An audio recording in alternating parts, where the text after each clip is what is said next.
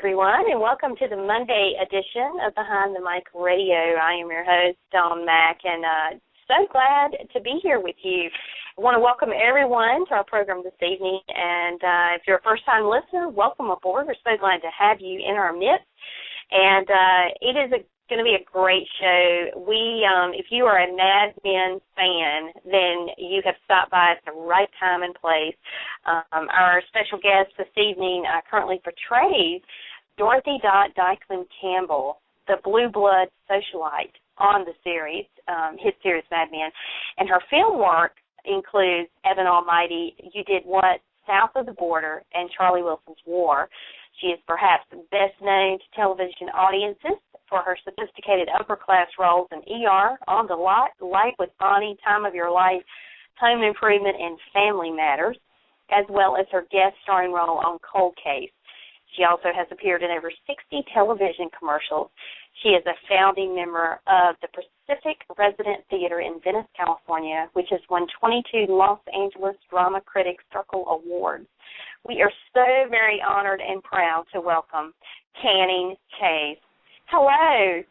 Well, thank you for that lovely introduction. I'm sitting here just listening to all of these credits, and I'm thinking to myself, my, that woman did her homework. Well, I did. I certainly tried, and but you know, it's very important to note how much you've accomplished, and I just want to say a huge thank you for being on our program this evening. Oh, well, it's my pleasure to be here. Well, I want to start out by first congratulating you on the success of Mad Men. It has done so phenomenally well. You know, viewers love the show, and you've had such an extensive stellar career to boot. So what has it been like for you to be part of such a well-received series in Mad Men? Well, of course, when it first started to air, we had no idea it would catch on the way it did. And then suddenly, Mad Men was the hit of the season. And it won all these Emmy Awards for Best Dramatic Series. And I think a lot of people remember that era in the 60s when Madison Avenue was in its heyday. Yes, indeed. And I think that, you know, there's something about, you know, television programming that is nostalgic in nature, that's from a different era, that people just absolutely love.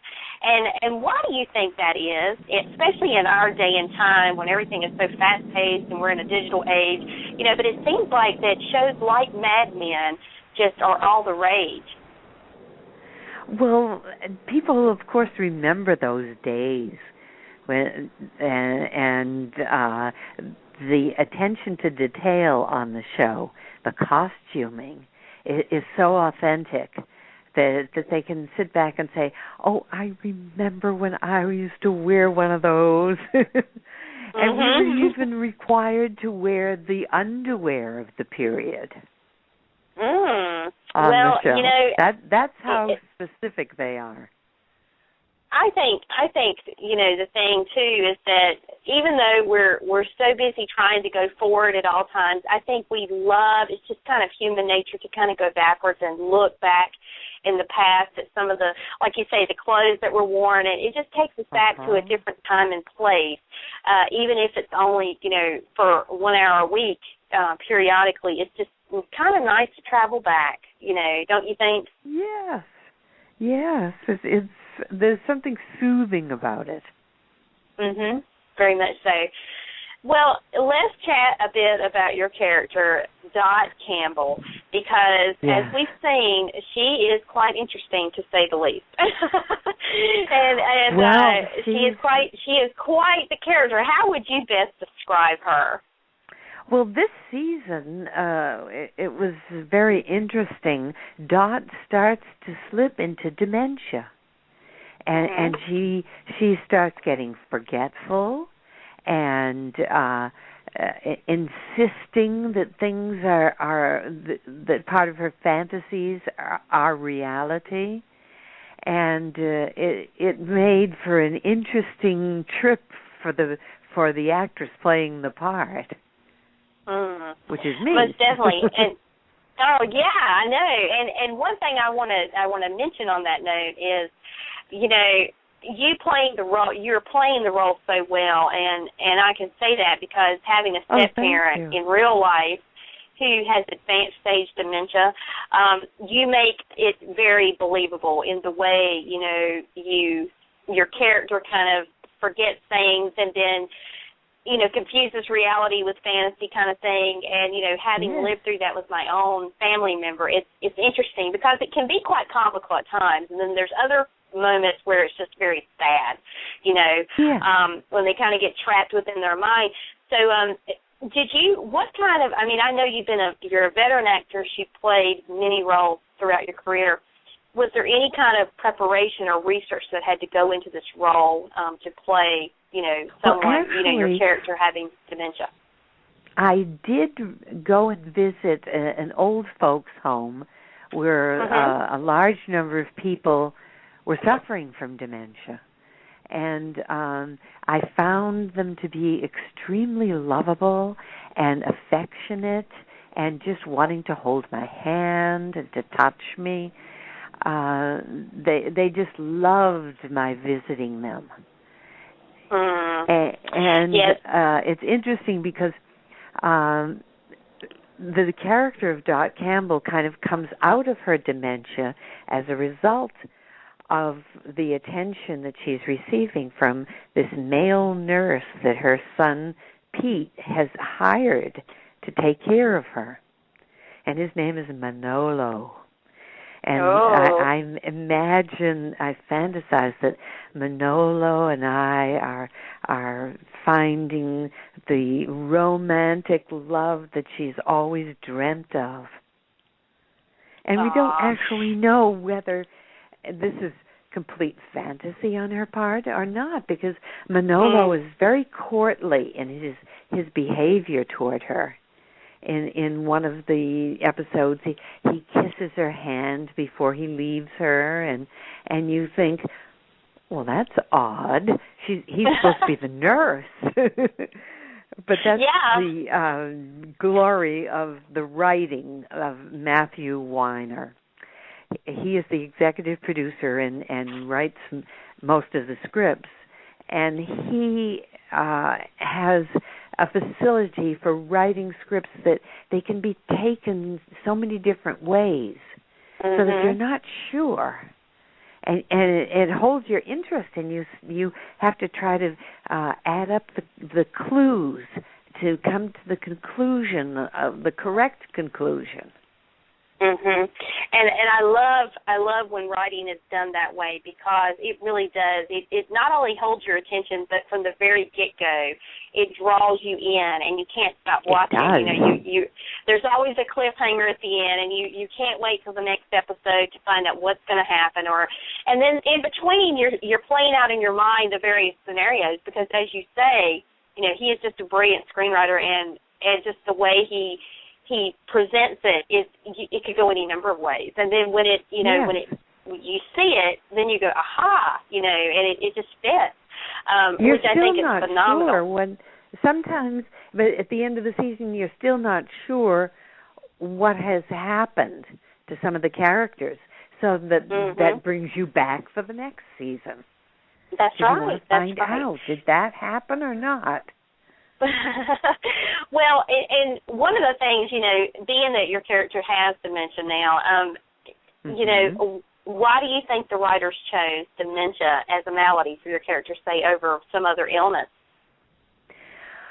Well, I think that in that era, people really didn't name it. They didn't say, oh, Grandma has dementia.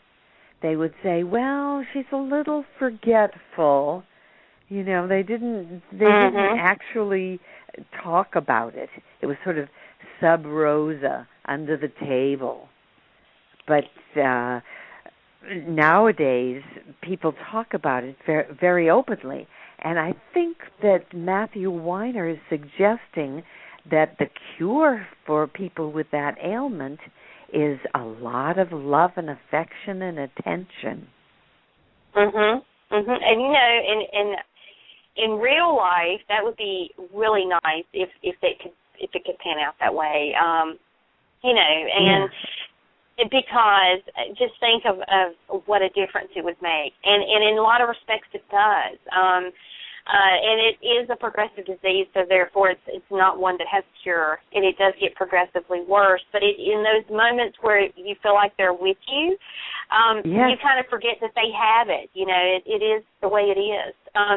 Now, I kind of want to recap a little bit because, things of the show have always just been so, like I said, you just get drawn in, and things have just been ramping up of late. To recap, Dot's husband has passed away, and that has in turn depleted the inherited fortune and left her pretty much unable to cope with the onset of dementia rather. But it's also left her lost because her sons have left the nest, and Peter is now the one enduring the burden on both the business and family side of things.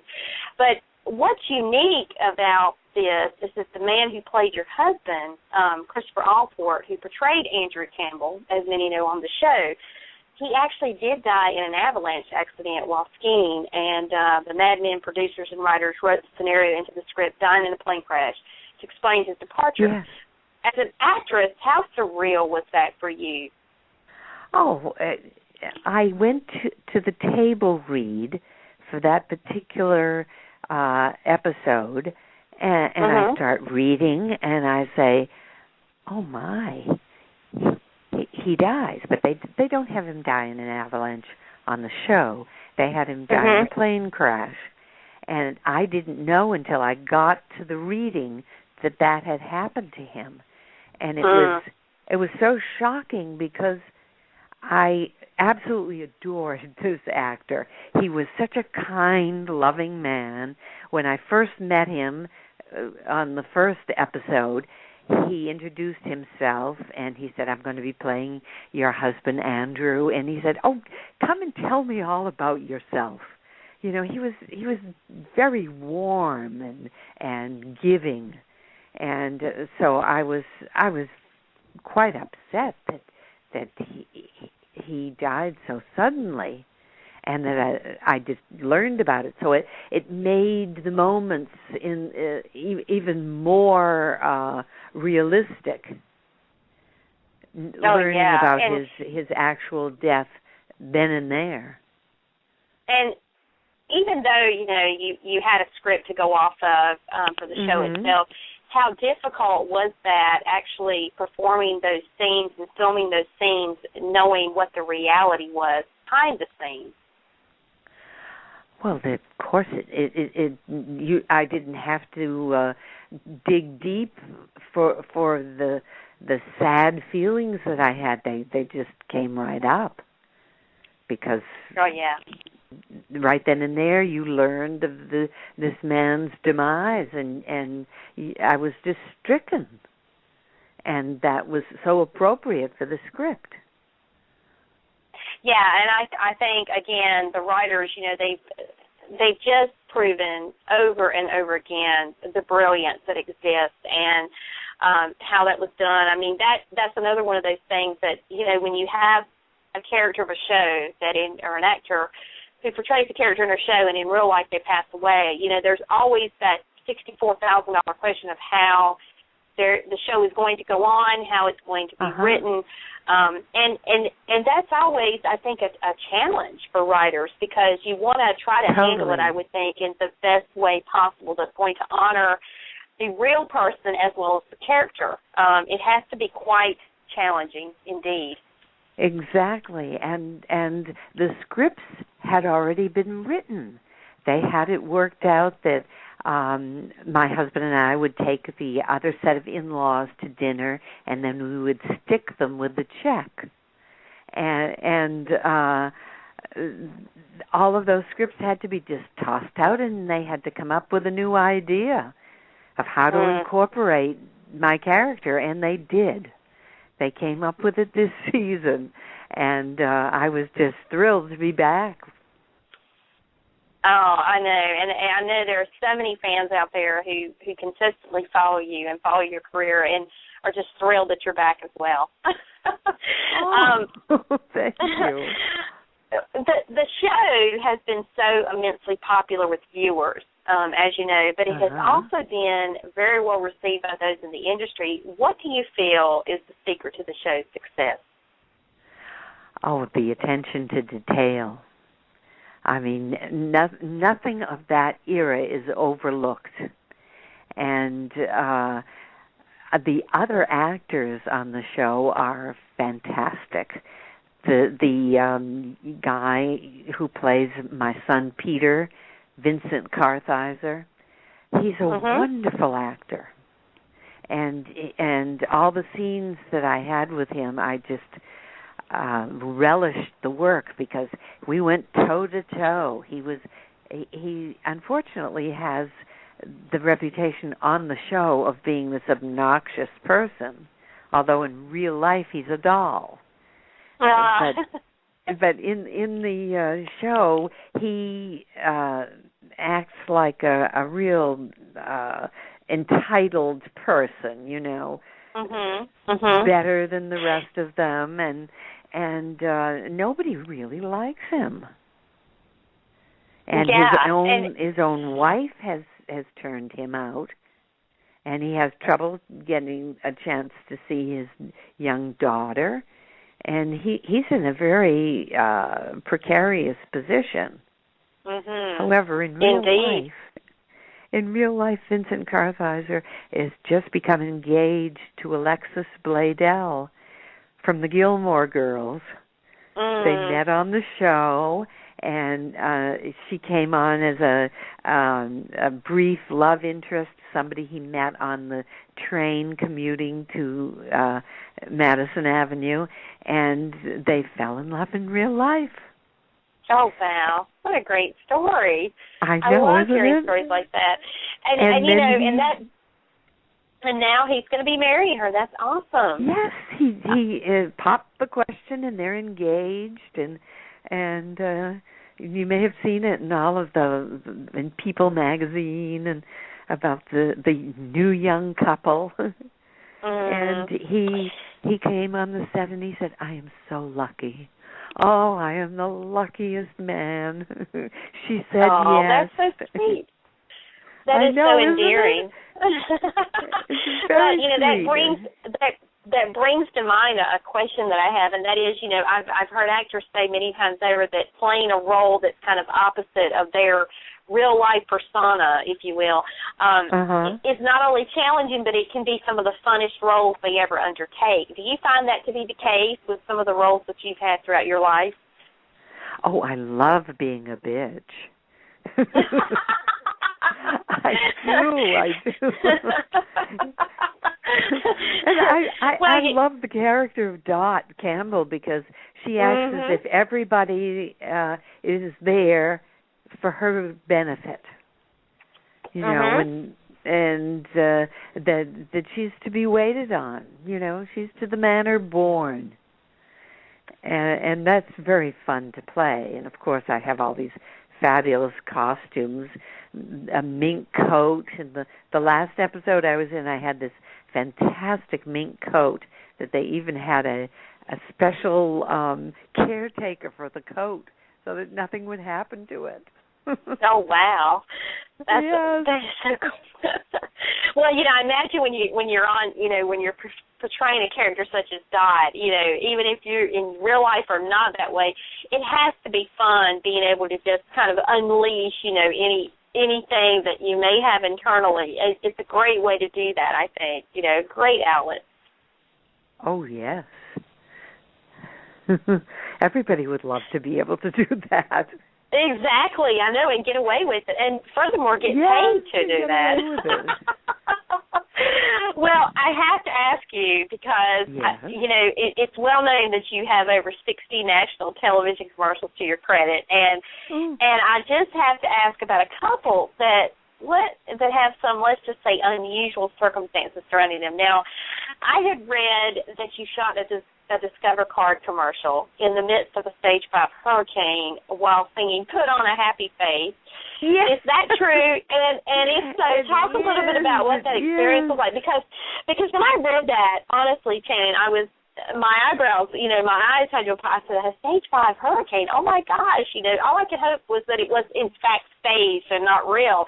But talk about that. It was a simulated hurricane, mm-hmm. but they had fans all over the set that were blowing all of the papers and the dust, and there I was smiling into the cameras, singing away.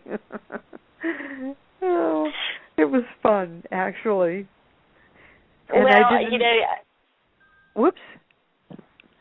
Go ahead. No, I'm so sorry. I was just going to say that to me, it would be quite distracting to stand there with all those fans on me, of course, trying to simulate a Stage 5 hurricane and trying to keep the smile on and sing, but hey, Discover Card has always had this innate way of making these really funny, clever commercials that really get their message across. So, but I was really curious about that. I was like, wow, that's really amazing. So, but it had to have been fun. At the end of the day, it had to have been a lot of fun. And I also one time did a commercial for the New York Tourist Board, and they're called "I Love New York," and then they had the little jingle, "I love New York." Well, they dropped us by helicopter on the top of a mountain in New York near Lake Placid. Yeah. Mm-hmm. So by helicopter, the helicopter landed on this rock on the top of a mountain, and we hopped out. And we hiked down the mountain to do the commercial. Oh, my goodness. I know. Oh, wow. Now, see, correct me if I'm wrong, but I have never read anywhere that you are also a stunt woman as well. You think, yes. I know, for real. So is it safe to assume that you are not afraid of heights then? Well, I like to do my own stunts if the script requires it, because to me it just gets you into the character all the more. Every role that I do, I always create what they call a backstory for that character. In other words, if the script doesn't say where I went to college, where I met my husband, and I make it up, and I flesh out the character all the time, so that when I go on the set, you could ask me any question about my character, and I'd have an answer for you. And I think that makes the character all the more believable and realistic, Yes. You have had such an extensive career in theater, television, and film, and do you have a favorite among the three that you enjoy working in the most?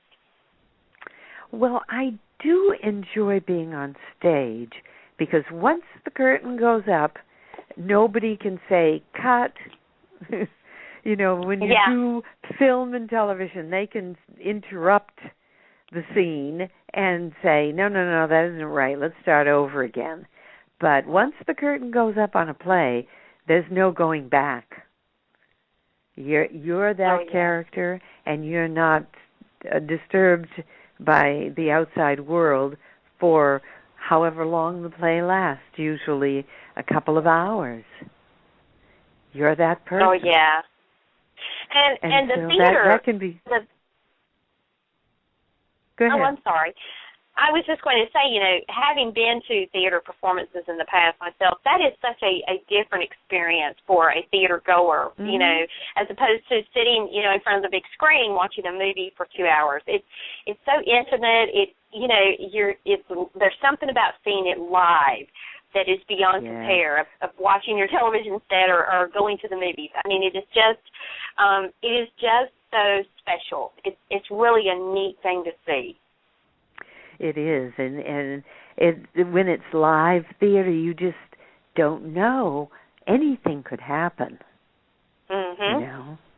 But when it's has to do with electronic, well, the commercial comes on, you run downstairs to the kitchen and you make yourself a sandwich. And you come back and you watch the rest of the show. Well, that's not the way it is when it's theater. Once it starts, you're there. You're captivated for those couple of hours. So that's what I love about it. Yeah, if you get up during the theater, you're definitely going to miss something because there's no TiVo, there's no DVR. You can't rewind it to see what you missed. You definitely have to. It does draw you in. It's so engaging. I love it. Now, given everything you've done in the entertainment industry, is there some aspect that you have yet to tap into that you would just love to embark on at some point?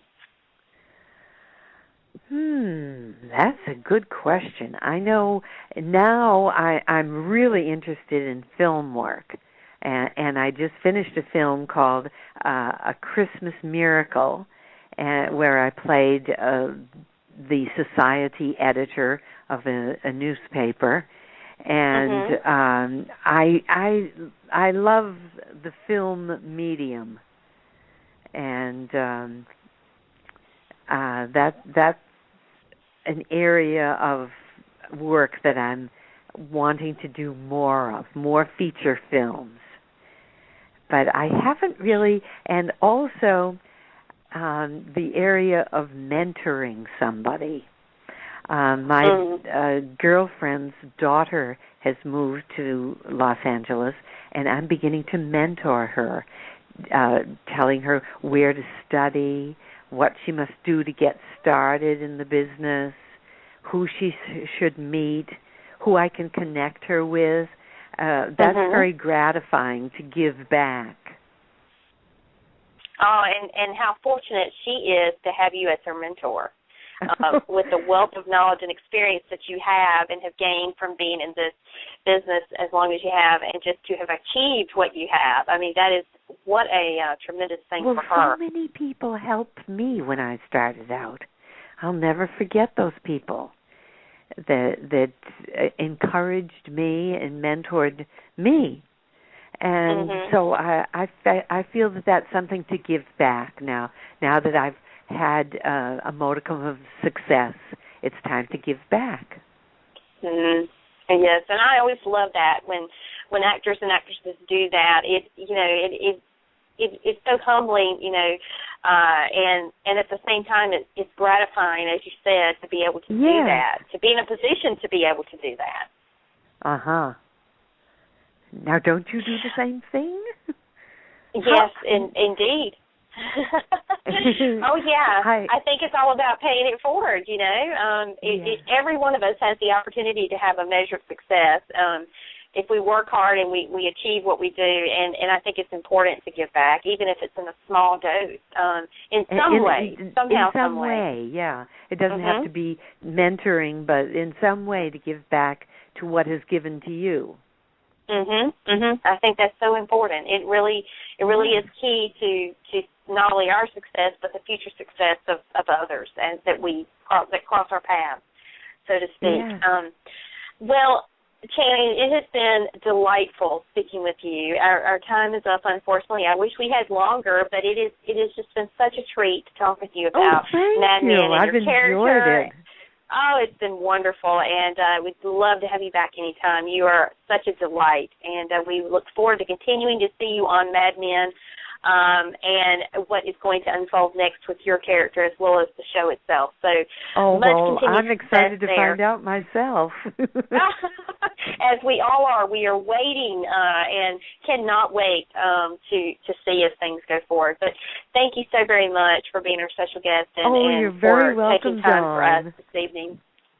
Well, all the best. Continued success. Thank you so much, and take care and enjoy the rest of your evening. Thank you. Bye-bye. All right. Bye-bye. We've been speaking with the lovely Channing Chase, and what a delightful person. So enjoyed speaking with her. And for any of you who may have been living in a rabbit hole in the last couple of years, she plays Dykeman Campbell on the AMC hit series Mad Men, and it is a hit series by a mile. It is just taken off, and people love it. And I have no doubt it's going to be around for a long time to come. It's a great show. So if you love period-type television, and I do, I'm a huge fan of it. I love to be taken back or taken to a certain period of time. Especially in this fast-paced society, it kind of helps us to remember what things used to be like before we became digitized and an age of social media where everything was at our fingertips at every moment. So it's always nice to travel back in time, I think, just to kind of see where things are and to kind of remember where we were and also to see how far we've come. So it's always neat to do that. But again, we want to say a huge thank you to our special guest, Channing Chase, for being with us this evening. And a special thanks to all of you for being with us as well. We are always appreciative of you being here. And if you're brand new to our program, welcome aboard. And we're so glad that you stopped by and took time to listen in tonight. Coming up on Wednesday evening, our guest will be Jen Lilly, who currently is playing the role of Teresa on Days of Our Lives.